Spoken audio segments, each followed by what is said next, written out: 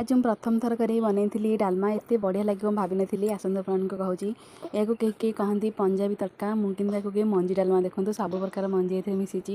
ଆକୁ ରାତିରୁ ଭିଜେଇକି ରଖିଦେବେ, ସକାଳ ପରେ ଧୋଇକି ତାକୁ ପାଣି ଦେଇକରି ଲୁଣ ଦେଇକି 3ଟା ସିଟି ମାରିଦେଲେ ଏଇଟା ରେଡ଼ି ହେଇଯିବ। କିନ୍ତୁ ଯେହେତୁ ଆମ ଘରେ ବାପା ବୋଉଙ୍କ ଦାନ୍ତରେ ହୁଏନି, ସେଥିଲାଗି ମୁଁ 4-5ଟା ସିଟି ଦେଲା ପରେ ଇଏ ଭଲ ଭାବରେ ପୁରା ଫିଟି ଯାଇଥିଲା।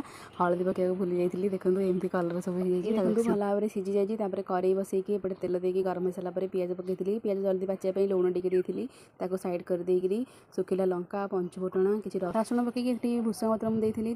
जेहेतु मुझे हलदी पकई नी हलदी पकई हलदी पकई सारापर मुझे किसी भी मसला पकईनी, खाली डालमा मसला पकई पकई सारापर जो सीझा होता से बोट डालमा गुरा सब टी अल्प टे घोटी देती। सब ढाड़ी सारापर देखो कलर पूरा चेंज होगला। ए ना गोटे मसला मसला को एवं न पकई ओल्ला समय को पकई देखो कलर पूरा चेंज होगला। ये देखो ये मसला फुटी आसला सब मुझे पकई सब मिसई दी। ये डालमा ना गरम भात कि रुटी पूरी खातु केते बढ़िया लगे। थे बनातु समस्ते खाइबा दिंतु। रही जय जगन्नाथ।